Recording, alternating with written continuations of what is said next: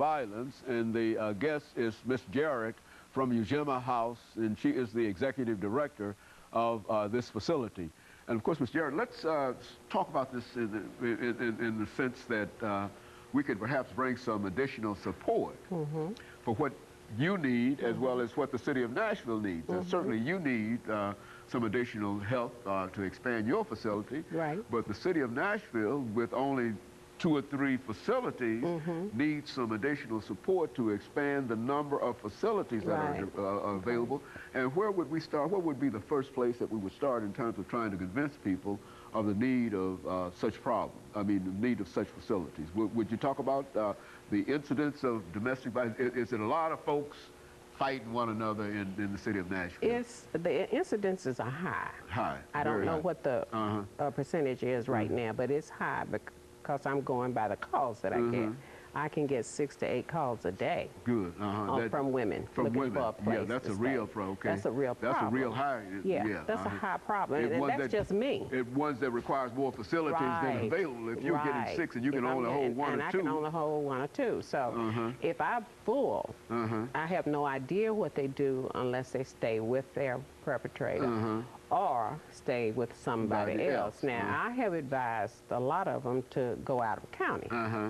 If you can find a shelter that will take you out of county, just go out of county, because if we're full, it's nothing I can tell you to do. Well, I don't imagine that there's anything that you could do out of county if you come to Nashville as the largest the capital metropolitan area, Nashville, and you can't find any assistance here. You can't think of going over in Smyrna or somewhere. That's right. That's right. So it's a real problem. It's a problem. Well, now what are women themselves saying in reference to what ought to be done or what they think that could be done? When you say women themselves, you mean the women that are being abused? So how do they feel in reference to? You know, they are so in tune to taking care of themselves and their children. I don't even think that they stop and think about it, because the only thing that they are conscious of is trying to be safe and trying to make sure their children are okay. So they're on the run in a real sense, so they don't have time to talk, be advocating and the politics of it, which is our job. Yes, ma'am. And once we get them calm, then the only other thing that they are concentrating on are the children. Very good. And you find a large number of children are caught up in it when they leave the home. The children ordinarily leave with them. They don't ordinarily stay. Right. Now, do you find that these are very young children, or what? Very babies. Some of them are babies. Yes. Babes in arms in some instances. Yes. On up until teenagers. Yes. So this is a... Now, we have a program that we just started. We got a grant for a program that we just started called the Successful Sons of Survivors. Okay. And we are educating people on little boys from the ages of 3 to 17, because nobody pays that age group any attention, and they're the ones that actually carry the cycle. So when you got a little boy that's 3 years old and he's living in a violent home, he's going to start patterning after what he sees. It's not cute for him to slap you. It's not cute for him to bite you. So you need to start picking up on that, because when he gets 5, and starts to school, he's going you'll be at school every day, because he'll still have that same behavior. So we have this grant where we'll go around educating people on this Successful Sons of Survivors, because we want people to start paying attention to the little boys, and maybe we can break this cycle of violence. Well, how, and dealing with grants, how successful have you been? Not very good. Because, not very successful. It seems to me that there First grant I've had in a long time. First one I've had in a long time. And you're not, and people don't seem to be, knocking my door down. Who are perpetrating some of this domestic violence, who are also in very, very high situations and high classes, who seem to ignore. They're in all classes. All classes. Nobody is exempt. Nobody is exempt. I spoke at MTSU a couple years ago, and the first thing one of the students said that, well, we don't have to worry about it because we're in college. And I had to get up and tell them, honey, you're not exempt. You're the one that won't count. We won't count because you won't tell anybody. That's right. Because of the security that you have. But everybody's at stake. And of course, those individuals who are in college are in a situation to be advocates. Oh yeah. In terms of that. Because it's happening on the college campuses. Speak to that. What are they telling you about college campuses? Because every now and then we find, we see a newspaper. It's very strong on college campuses. Now, the children won't talk about it openly to us, but they will talk to me when I leave. But it's very high. And these are all generally unmarried individuals who have girlfriends or boyfriends or whatever, and they get into kind of... domestic violence starts in the age 10. Okay, speak to that. I didn't know. Little boys start beating on little girls at that age, and the children in high school are dealing with it. See, they think because he calls you 24 hours a day or every day and wants to know where you are, that he loves you. But no, he's possessing you. Trying to keep track of you. He's trying to keep track of you.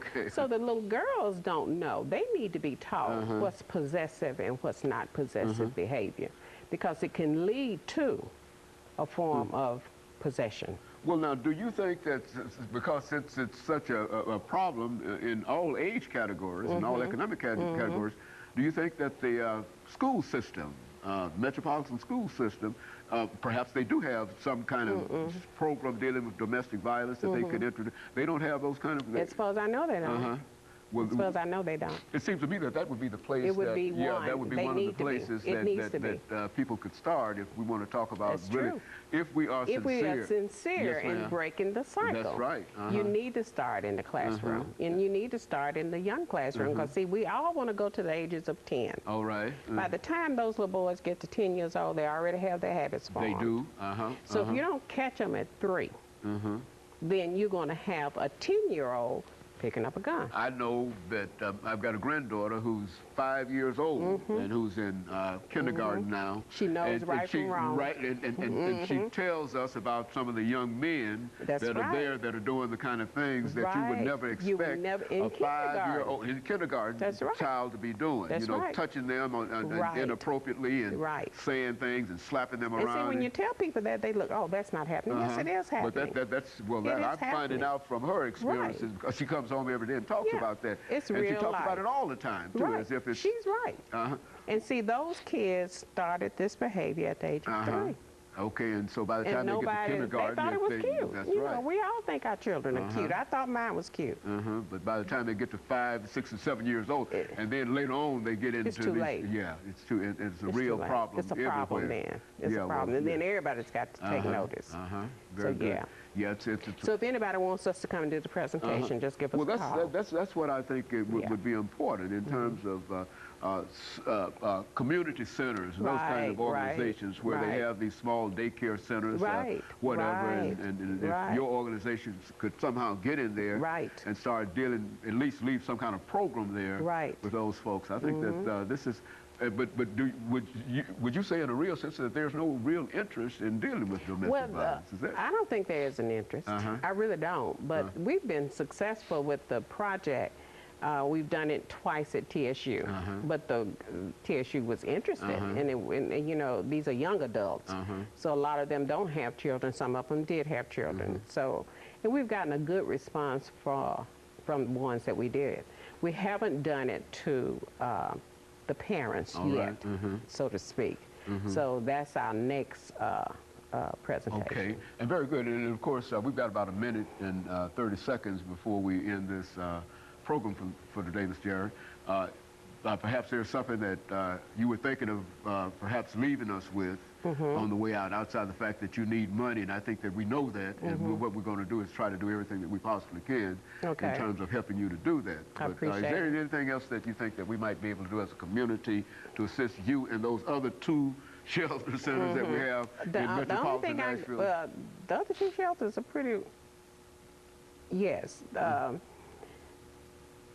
just be supportive. Just be supportive, and to recognize that it is not an isolated kind of thing, and that... and just think broadly about domestic violence. It's not in a cocoon. Okay. It's not AIDS. All right. It's real. It's real. Very good. It's real. And of course, let me thank you over the last half minute that we have here, Mr. Jarrett, for bringing us that excellent information, and especially the ability to tie domestic violence into some of the health care problems, some of the gang problems and other problems that we're having. Because I think that when we can see it, that angle, and then we understand the cost that is associated with that, then we can probably come out and do something. Thank you for having me. Get organized in reference. We certainly appreciate you coming by. And of course, let me encourage our audience to tune in again next week for another informative edition of Comments. Thank you and good morning.